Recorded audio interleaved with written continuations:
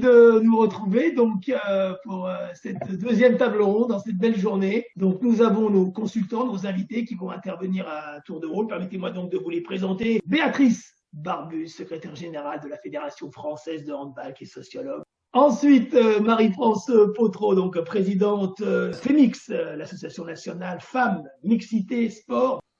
Nathalie Costantini. Nathalie, qui est présidente du NSS, l'Union nationale du sport scolaire. Marie-Amélie Le Fur, qui est la présidente du comité paralympique et sportif français, multimédaillée, vous le savez, recordwoman du monde, enfin, palmarès assez incroyable. Le football est représenté par sa vice-présidente au sein de la Fédération française, Brigitte Henriquez. Et puis, il y aura une conclusion qui sera faite par un représentant du gouvernement, en l'occurrence Frédéric Potier, qui est délégué interministériel à la lutte contre le racisme, l'antisémitisme et la haine anti-LGBT. Commençons donc cette deuxième table ronde avec Béatrice, donc, qui est sociologue, il faut le préciser, au-delà de sa fonction de secrétaire générale au sein de la Fédération française de handball. Qui a été aussi la première présidente d'un club en France professionnel. C'était donc le handball et c'était l'US Ivry. Alors, comment lutter au sein donc de cette fédération de handball? Il y a eu un énorme travail qui a été fait en amont et un plan qui vient d'être voté, accepté après 2 ans de travaux. Qu'en est-il, Béatrice? Remettons les choses dans leur contexte, puisqu'on a commencé à parler notamment des violences sexuelles dans les médias bien avant fin 2019, mais c'est surtout avec l'apparition du livre de Sarah Abitbol sur ce qu'elle a vécu, qui a déclenché une prise de conscience un petit peu, et en tout cas un soulèvement un peu dans le mouvement sportif pour que les choses soient prises à bras le corps. C'est quelque chose qui nous tient à cœur de lutter contre toutes ces formes de déviance. Alors, ce qui nous semble être important ici de rappeler, c'est que notre cœur de métier à nous, fédérations, à nous, mouvements sportifs, c'est de faire du sport, c'est de faire du sport, de développer des pratiques physiques et sportives. C'est pour cette raison que nous avons donc décidé de faire des partenariats avec 2 associations, d'une part Colosse au pied d'argile et d'autre part France Victimes, parce que la première des choses qu'il convenait de faire, c'est libérer la parole. Pour libérer la parole, il faut d'abord créer un climat de confiance. Les élus, ceux qui dirigent cette fédération, sont pour une tolérance zéro. On a décidé de s'appuyer sur Colosse au pied d'argile pour libérer la parole sur l'ensemble du territoire national. Ensuite, il y a un accompagnement qu'il faut faire, un accompagnement social, un accompagnement psychologique, un accompagnement juridique. On a conventionné avec France Victimes, dont c'est la spécialité que d'accompagner des personnes victimes de violences. La première chose qu'on a faite, c'est qu'on a créé une cellule de signalement. Avec déjà rien que ces premiers dispositifs, on constate, vous voyez, que depuis le mois de janvier, on a à peu près une trentaine d'affaires qui nous sont remontées. Ça fait une affaire donc toutes les semaines. Donc ça veut bien dire que la parole a besoin de se libérer. Dans le plan, il faut aussi former. Il faut aussi former tous les acteurs clés. Il faut former les encadrants, il faut former les dirigeants. On va mettre en place des formations avec un module sur la lutte contre toute forme de déviance. Enfin, après la formation, il y a aussi bien sûr des outils de communication qui vont être mis en place, qui le sont déjà, des clips, des affiches, etc. Un kit pédagogique aussi qui va être mis au service des structures territoriales, clubs, ligues, comités, pour que l'on puisse déployer ce plan de lutte contre toute forme de violence sur l'ensemble du territoire. Enfin, il y a ce que toutes les fédérations vont mettre en place à partir du 1er janvier 2021 normalement, qui est le contrôle d'honorabilité de nos encadrants auprès du fichier FIGES, qui est le fichier qui recense en fait tous les agresseurs de violences sexuelles. Donc voilà, un arsenal qui essaye d'aller de la libération de la parole, de la sensibilisation à la question des violences, jusqu'à son traitement et à la formation des acteurs clés, en passant bien entendu par la communication. Merci Béatrice pour cet éclairage. L'intervention de Roger Bourgal. En 1971, il faisait partie de cette équipe de France de rugby qui était en tournée en Afrique du Sud à ce moment-là. Donc, c'est l'apartheid en Afrique du Sud. Le pays est isolé. Et l'équipe de France, donc, avec son président courageux Albert Ferraz, décide de sélectionner Roger Bourgarel, antillais, à l'aile de cette équipe de France. Il est avec nous. C'était en 1971. Bonjour Roger. Bonjour. Merci. C'était il y a 50 ans déjà. Vous êtes sélectionné et surtout vous allez jouer dans un pays où l'apartheid existe, où il y a donc un racisme, une séparation nette entre les Blancs avec des lois raciales donc qui séparent les Blancs et les Noirs, et vous êtes sélectionné en équipe de France. Racontez-nous cette expérience qui est unique dans l'histoire du sport mondial au-delà de la France. Souffrez-vous à ce moment-là de racisme? Y en a-t-il au sein du rugby français et de l'équipe de France? Au niveau de l'équipe de France, non, il n'y en avait pas. On reconnaissait d'abord la valeur sportive avant de regarder la couleur. C'est ce qui m'a permis de continuer, parce que si jamais au départ j'avais été un peu molesté du point de vue racial, j'aurais pas continué à jouer. Mais justement, dans cette grande famille du rugby, on n'a jamais fait attention à ma couleur. Comment l'Afrique du Sud vous perçoit-elle? Le problème, ça a été juste à mon débarquement, quand le personnel qui s'occupait de la passerelle pour nous faire descendre de l'avion ont vu débarquer un noir au milieu de que des blancs, et ils ont été vraiment surpris. Un noir au milieu de blancs, qu'est-ce qu'il foutait? C'était qui? Qui c'était? Ils se posaient la question. Sur le terrain, le comportement des joueurs adverses, tout à fait exemplaire, ou alors il fallait se faire un noir, entre guillemets? Au début, ça a été plutôt ça, puisque dans le premier match, j'ai eu 8 points de suture. Comment aujourd'hui vivez-vous le fait qu'à l'époque vous étiez un cas isolé dans le rugby français et international, et qu'aujourd'hui vous voyez cette équipe de France, ces mélanges qu'il y a aujourd'hui? Il y a une évolution dans le sport en général. Tous les gens non blancs ont pratiqué le rugby. Donc à partir du moment où il y a eu ce mélange, ce melting pot qui existe maintenant dans tous les championnats, il est tout à fait logique que ça ne soit plus un fait majeur. Merci pour ce témoignage. Maintenant, Marie-France Potreau. Marie-France, donc présidente de l'Assemblée nationale Femmes, Mixité, Sport. Qu'en est-il aujourd'hui de cette mixité hommes-femmes aujourd'hui? Une mixité qui, bien sûr, avance, mais je dirais pas suffisamment vite à notre goût. On partage là autour de cette table ronde des gens qui militent énormément avec nous sur ce sujet. J'ai envie de dire que Femix agit à la fois directement mais indirectement, c'est-à-dire que directement on est encore beaucoup sollicité aujourd'hui et notre rôle c'est bien d'orienter ces personnes vers les structures qui peuvent les accompagner, et puis indirectement nos agissements en tout cas sur cette mixité, c'est-à-dire que nous on pense qu'il faut qu'on agisse sur plus de mixité dans les gouvernances des fédérations, plus de mixité dans les métiers aujourd'hui sportifs, de façon à ce qu'on puisse aussi apporter ce contrôle du sport, mais par toute la société et non pas par une catégorie de personnes. Et donc, il faut éventuellement beaucoup plus de femmes dans les instances dirigeantes. Qu'en est-il en termes de pourcentage aujourd'hui? Aujourd'hui, on a une seule femme présidente de fédération olympique, c'est Nathalie Péchala, qui a pris il y a quelques mois la fédération des sports de glace. Et après, on tourne sur les bureaux exécutifs, sur une progression, on est à 37,4% entre 2009 et 2016. Voilà, donc c'est quand même pas énorme. On a la loi pour nous, la loi du 4 août 2014 qui prônait cette égalité entre les femmes et les hommes et ce pourcentage de femmes au prorata du nombre de licenciés dans les fédérations. Encore une fois, ça avance, pas suffisamment vite, mais on avance. L'obstacle majeur, c'est les mentalités, c'est ce qui est instauré dans le sport français depuis un siècle, depuis les instances.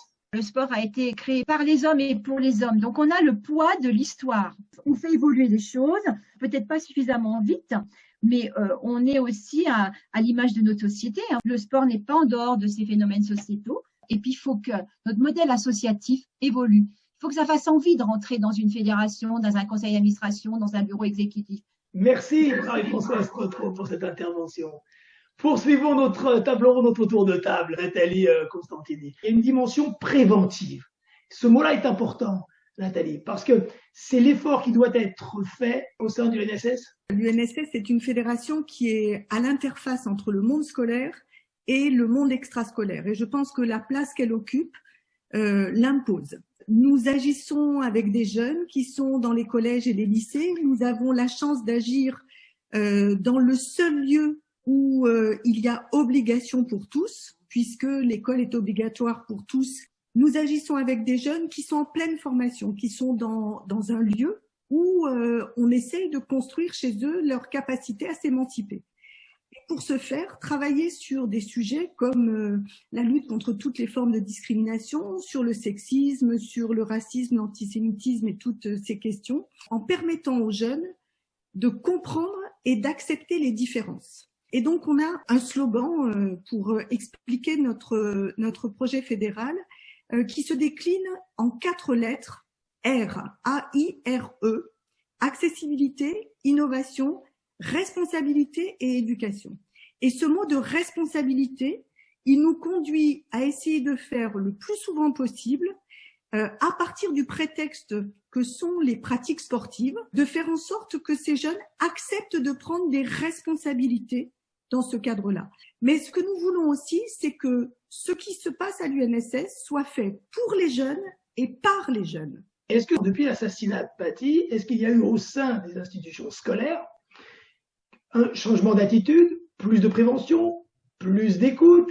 Dans les associations sportives, nous avons tout de suite réagi en ajoutant au programme Éthique Action tout un programme qu'on a appelé Spot Action et qui engage toutes les associations sportives à pouvoir construire un petit spot en vidéo sur un temps de 30 secondes à 2 minutes pour justement que les jeunes puissent s'exprimer au travers une des thématiques, sexisme, racisme, antisémitisme, homophobie, handicap, harcèlement, violence et dopage, et faire en sorte qu'un message passe. On a développé aussi tout un tas de masterclass avec des troupes de théâtre qui viennent dans les établissements scolaires et qui produisent des scénettes et qui interpellent les jeunes des établissements scolaires. Lutter contre les discriminations, c'est pouvoir comprendre pourquoi ce que nous faisons à un moment donné a un impact négatif et ne doit pas se faire. Merci Nathalie. Poursuivons notre tour de table avec Marie-Amélie Le Fur, qui est présidente du comité paralympique et sportif français, on le sait, multiple championne du monde, championne olympique, palmarès assez incroyable, et encore woman du monde entre les 100, 200, 400 et longueur. Aujourd'hui, il y a un élément qui pose problème pour le sport paralympique, c'est justement ces éléments de comparaison avec les valides. Donc, bonjour Jean-Philippe, effectivement, on vit en fait une forme de discrimination actuellement dans le mouvement paralympique, mais qui fait totalement écho à ce que disait Marie-Françoise Pottereau, c'est le poids de l'histoire que l'on porte en fait sur les capacités et les compétences des personnes en situation de handicap. En fait, assez facilement dans les mentalités françaises, on va considérer que la situation de handicap nous rend incapables et impossible de pratiquer une pratique sportive, ce qui va générer bien évidemment une censure de l'écosystème qui agit et qui interagit avec la personne en situation de handicap, une autocensure de la personne en situation de handicap elle-même.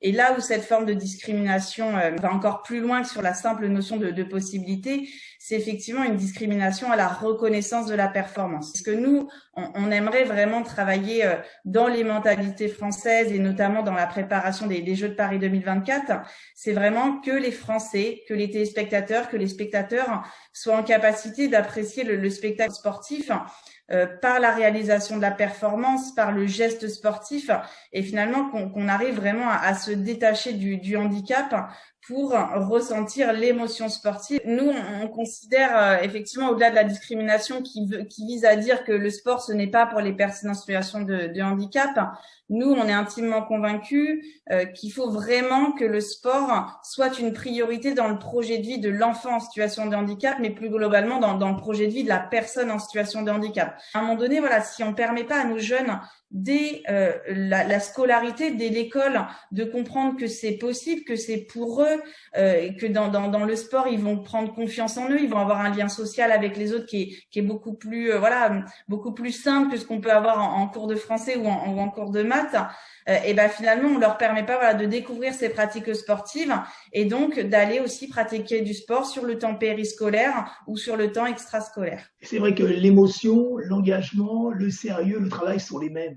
Avec toutes les fédérations, avec toutes les parties prenantes, à travailler pour que les Français osent venir regarder du sport paralympique, finalement pour se retrouver bercés, immergés par ces émotions très positives que nous transmettent les différents sports. Merci Marie-Amélie. Poursuivons maintenant avec une représentante donc du football, puisqu'elle est vice-présidente Brigitte Henriquez. Bonjour Brigitte, vice-présidente donc de la Fédération française de football. Le football, plus de 2 millions de licenciés. Quelle est la part aujourd'hui entre les filles et les garçons? En 2011, on était 53 000 licenciés. En fin 2016, on était à 105 000. Et puis, fin 2020, on est à 208 000 exactement aujourd'hui, licenciés football. De 2000 à 2010, en fait, il y avait 1000 joueuses qui s'inscrivaient par an. Aujourd'hui, vous en avez 10 000 qui s'inscrivent par an, et là, encore plus 15 000 avec les retombées de la Coupe du Monde. Et ce qu'il faut aussi dire, qui est assez paradoxal, c'est que cette année, on est à date à plus 5 000 de licenciés avec la période Covid. Au sein de la fédération, il y a des cellules de veille qui ont été mises en place également pour ces problématiques de discrimination, de sexisme, de racisme, d'homophobie. Pourquoi en fait on a une cellule de veille au niveau de la fédération? Parce que pour moi le club c'est le troisième lieu d'éducation après la famille et l'école. C'est là qu'on apprend les règles, c'est là qu'on apprend le respect. Donc quand je vous parlais de cellules de veille, c'est tout simplement qu'en fait nous on organise 1 million de matchs par an. 30 000 par week-end. Première chose, vous êtes obligé quand vous êtes la Fédération française de football de savoir sur ce million de matchs par saison combien vous avez d'actes liés à du racisme, à des discriminations. Et moi, je suis contente d'entendre la ministre des Sports sur l'écoute de 5-6 fédérations sur le projet de loi du renforcement des valeurs républicaines, de dire les fédérations, elles servent à améliorer le vivre ensemble et les fédérations, c'est elles qui vont contribuer avec leur club à permettre le déploiement de ce pacte républicain. Enfin, on comprend que nos clubs, ils ont ce rôle-là et qu'ils font partie du projet national. Qu'est-ce qu'on fait, nous, la fédération? On a le programme éducatif fédéral. Ça concerne 800 000 licenciés. Vous avez à peu près 8 000 clubs qui sont engagés. On apprend toutes les règles, le respect. Merci infiniment à toutes et à tous d'avoir passé ce moment en notre compagnie. C'était passionnant et passionné.